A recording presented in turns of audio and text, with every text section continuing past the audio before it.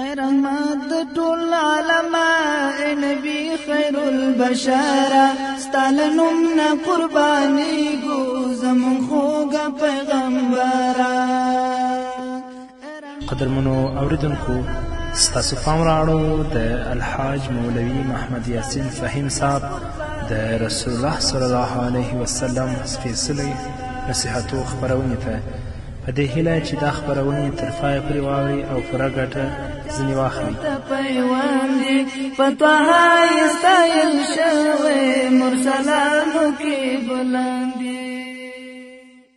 بسم الله الرحمن الرحيم. الحمد لله رب العالمين حمد الشاكرين، الصلاة والسلام على سيد الأنبياء والمرسلين سيدنا ونبينا وشفيعنا ومولانا محمد وعلى آله وأصحابه الطيبين الطاهرين. قدرمنو اوریدونکو د ژوند د لارې د خپرونې مینوالو السلام علیکم ورحمة الله وبرکاته. ستاسو روغتیا او خوشحالي د پاک رب نه غواړم په دې هیله چې د صحت او عافیت جامې په تن ولرئ او خوشحالي مو په برخه وي. دا دی زه محمد یاسین فهیم د ژوند د لارې د خپرونې په وړاندې کولو کې ستاسو په خدمت کې یم. زموږ د نننۍ خپرونې موضوع بیا هم د سرور کائنات محمد رسول الله صلی الله علیه وسلم نصیحتونه. د رسول الله صلی الله علیه وسلم اتلسم نصیحت دا دی چې تاسو د الله ذکر کوئ. هغه حدیث چې ترمذي له حضرت عبدالله بن بصر رضی الله تعالی عنه څخه روایت کړی دی، هغه فرمایي چې یو سړی محمد رسول الله صلی الله علیه وسلم ته راغی او رسول الله ته یې ویلې ای د الله رسوله پر ما د اسلام احکام بیخي ډېر شول، ته ما ته د یو داسې شي لارښوونه وکړه چې زه هغه ټینګ ونیسم او په هغه باندې زه الله ته نږدې شم او زه کامیاب شم. نو نبی کریم صلی الله علیه وسلم هغه سړي ته وفرمیل لا یزال لسانک رطبا من ذکر الله، تل دې ستا ژبه د الله رب العزت په ذکر باندې لمده وي، یعنی د خپل ژبه د الله رب العزت په ذکر باندې لمده ساته. ځکه الله رب العزت هم په خپل کلام کې فرمایي الله بذکر الله تطمئن القلوب، باخبر د الله په یاد باندې او د الله په ذکرو باندې زړونو ته اطمینان، زړونو ته سکون راځي او په دې باندې انسان مطمئن کیږي. الله رب العزت دنیا او آخرت ورته ښایسته کوي. د زړه غذا او د روح غذا چې ده هغه د الله یاد دی، د الله ذکر دی، د الله رب العزت د اوامرو او د الله رب العزت د احکامو پابندي ده. اما متاسفانه ځینې جهال او هغه کسان چې نن ورځ د اسلام نه بیخبره دي، جاهله دي، هغوی د روح غذا موسیقي ګڼي. که په دې باندې یو انسان متیقن وي او په دې باندې عقیده لري، معتقد وي، دا کفر ته رسیږي. د روح نسبت الله رب العزت تشریفاً په څو ځایونو کې قرآن کې خپل ځان طرف ته کړی دی. فنفخنا فیه من روحنا، نو تاسو ووایئ چې آیا د روح غذا او د روح خوراک د الله یاد او د الله طاعت و عبادت دی که فاسده موسیقي ده؟ الله رب العزت دې په موږ باندې رحم وکړي. همدارنګه حضرت معاذ رضی الله تعالی عنه د محمد رسول الله صلی الله علیه وسلم څخه روایت کوي. هغه فرمایي چې یو صحابي راغی، د محمد رسول الله نه یې پوښتنه وکړه چې په مجاهدینو کې څوک ډیر اجر موندونکی دی؟ مجاهدین خو ټول دي، ټول د الله رب العزت په لاره کې جنګیږي، د خپل سر او مال د الله رب العزت رضا لپاره وقف کړی دی، خو په دې ټولو کې ډیر اجر موندونکی څوک دی؟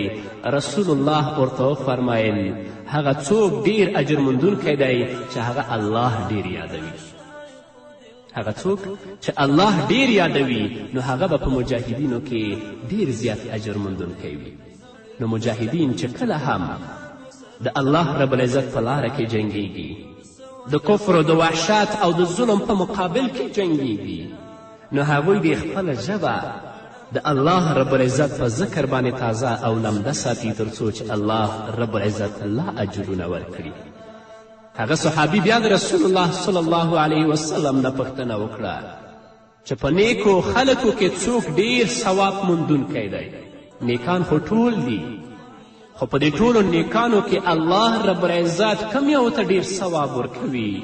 محمد رسول الله صلی الله علیه وسلم فرمایل څوک چې د الله ډیر ذکر کوي بیا هغه د لمانځه د زکات حج او خیرات یادونه هم رسول الله وکړه. رسول الله صلی الله علیه وسلم د دې ټولو په اړه ویل څوک چې د الله ډیر ذکر کوي.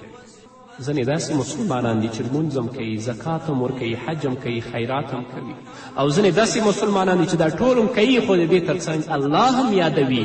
نو هغه څوک چې الله ډیر یادوي الله رب العزت به هغه ته ډیر اجرونه او ثوابونه ورکوي. نو ځکه محمد رسول الله صلی الله علیه وسلم دا نصیحت کوي موږ ته چې تاسو د الله ذکر کوئ.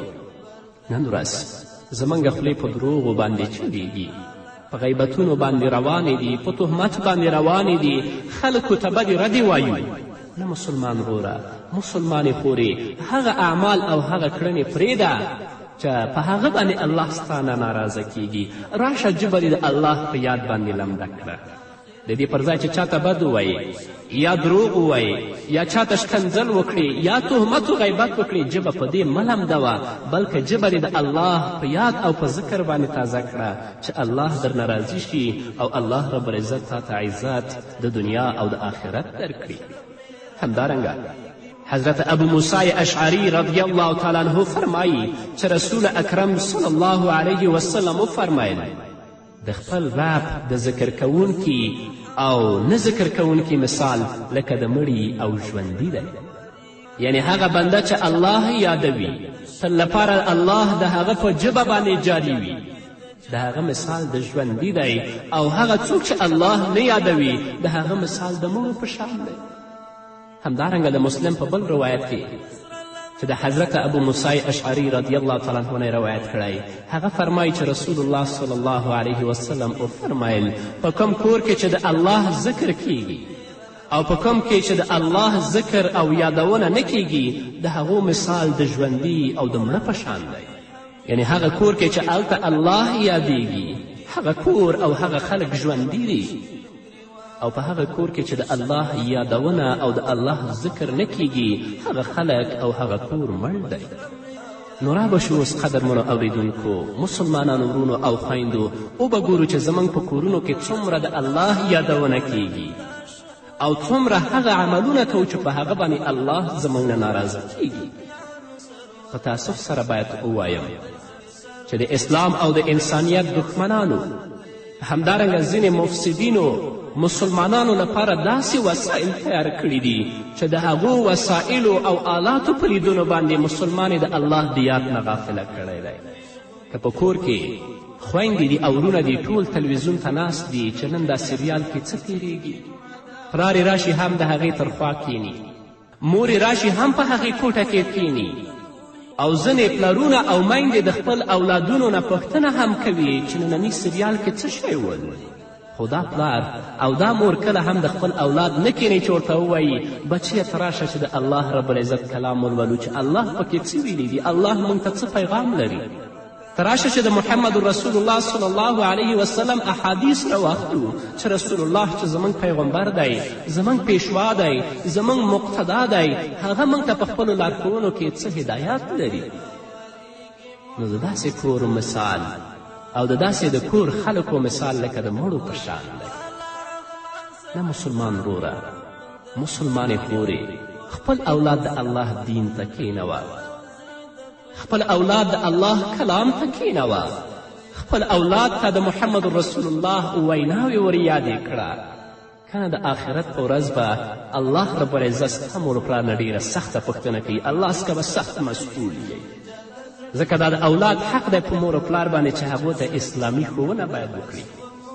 او که ته خپل اولاد په بدو باندې ووینې، په فحشا و منکراتو باندې ووینې او د هغو تر څنګ هم ته هغو سره کینې، هغوی نورو هم د دې لیدلو ته تشویق کړي، نو الله ته به بیا څه ځواب وایي؟ نو ځکه محمد رسول الله فرمایي چې تاسو د الله ذکر کوئ، هغه یادونه کوئ چې په هغه باندې الله ستاسو نه ناراضي کیږي، هغه څیزونه پرېږدئ چې په هغه باندې الله ستاسو نه ناراضه کیږي. د محمد رسول الله صلی الله علیه وسلم 19 نصیحت هغه دا دی چې تاسو د الله اطاعت کوئ او له ګناه ځان وساتئ.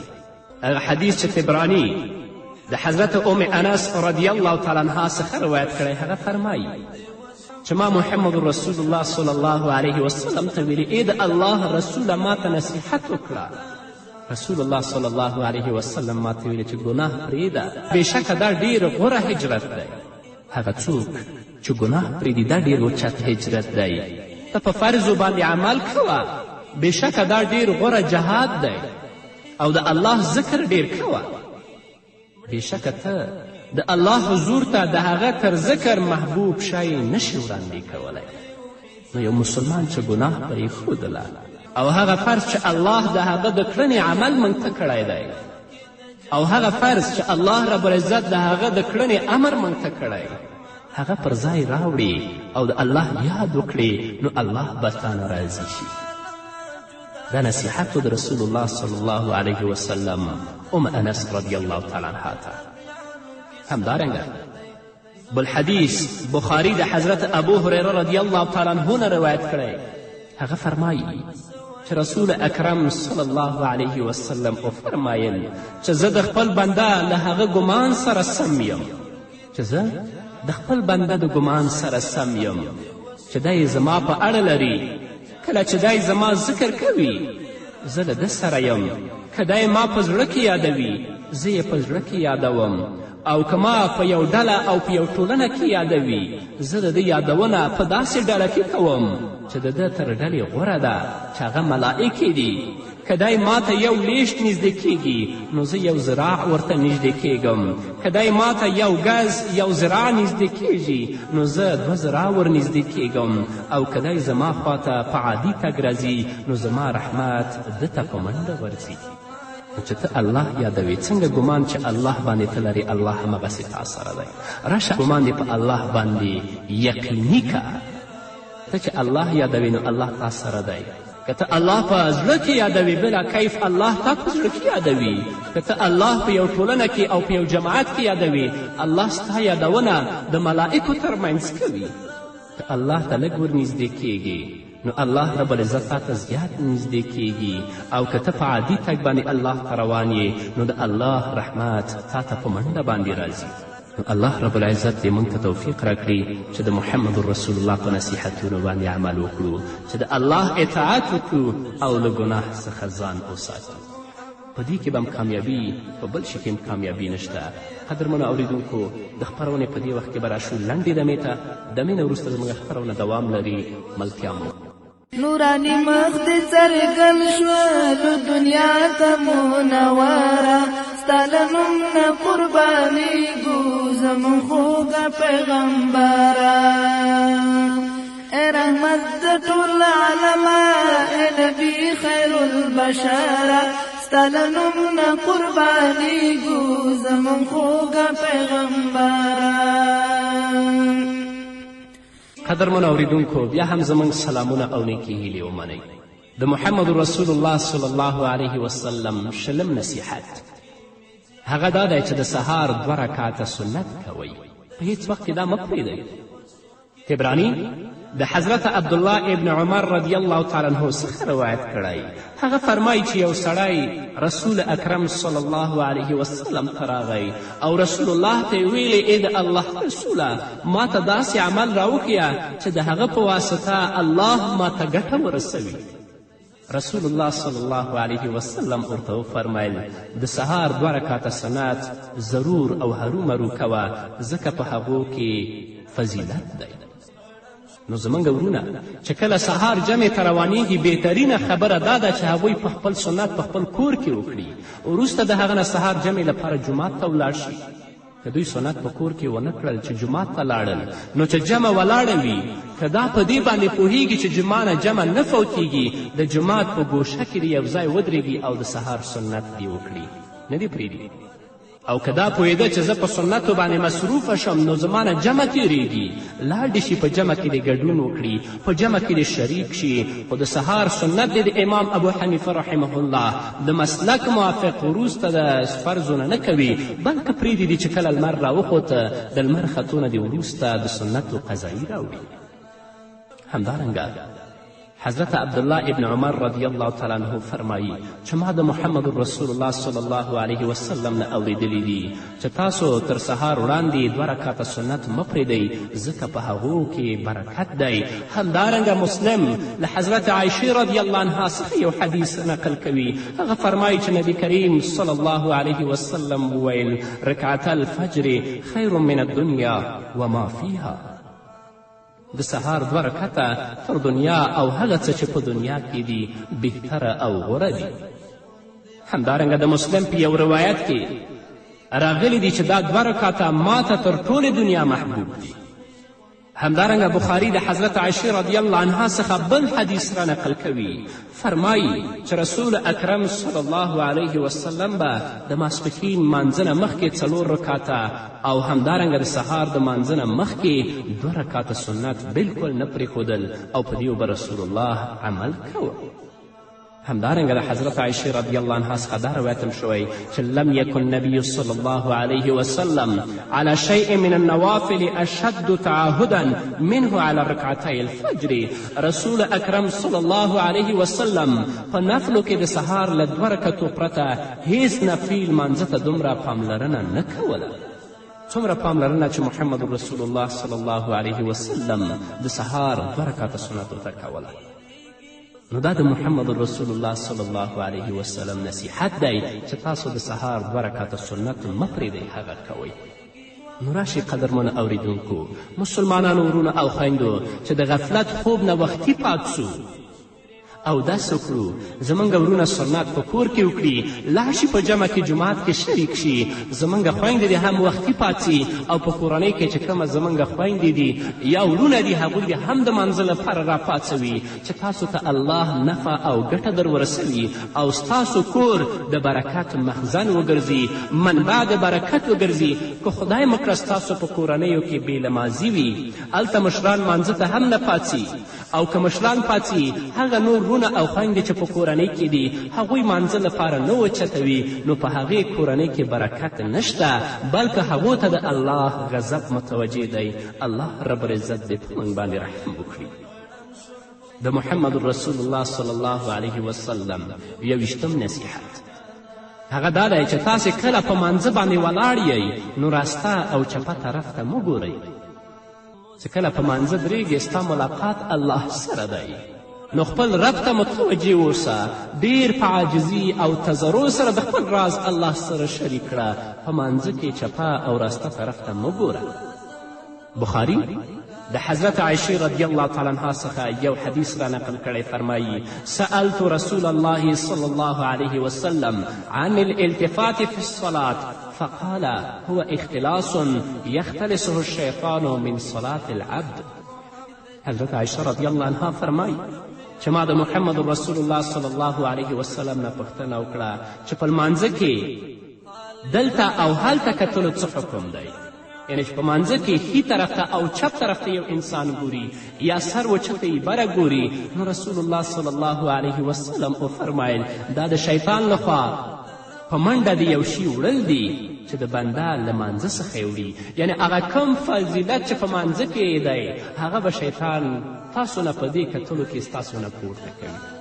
نو ځکه زموږ فقهاو التفات ته مکروه ویلی دي، یا مانځه کې چې څوک ښي طرف ته او چپ طرف ته سترګې اړی ګوري دې ته مکروه ویلی دي، ځکه د مانځه اجر او فضیلت شیطان ستاسو نه په دې کتلو باندې پورته کوي. همدارنګه ترمیزي د حضرت انس بن مالک رضی الله تعالی عنه څخه یو حدیث را نقل کړی. فرمایي چې رسول اکرم صلی الله علیه وسلم ما ته وفرمیل یا بنی ایاک والالتفات فی الصلاة فان الالتفات فی الصلاة هلکه.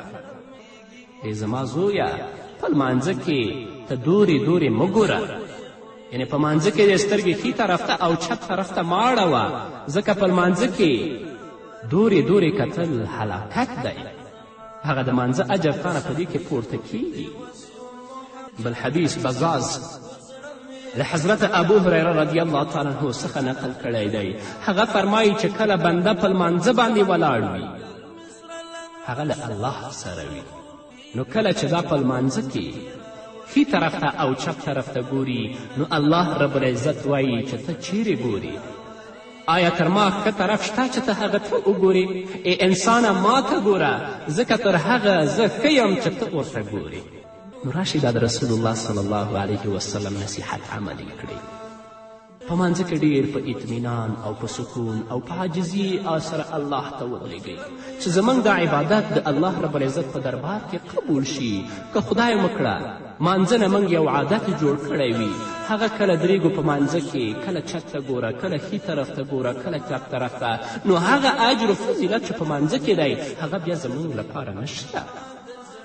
نو چې کله په مانځه درېږئ د قیام په حالت کې د خپل سجدې ته سجدې ځای ته ګورئ، او چې کله تاسو رکوع ته ځئ د رکوع په حالت کې د خپل د قدمینو او پښو ګوتو ته ګورئ، او کله چې تاسو بیرته د رکوع نه پورته کیږئ د خپل سجدې ځای ته ګورئ.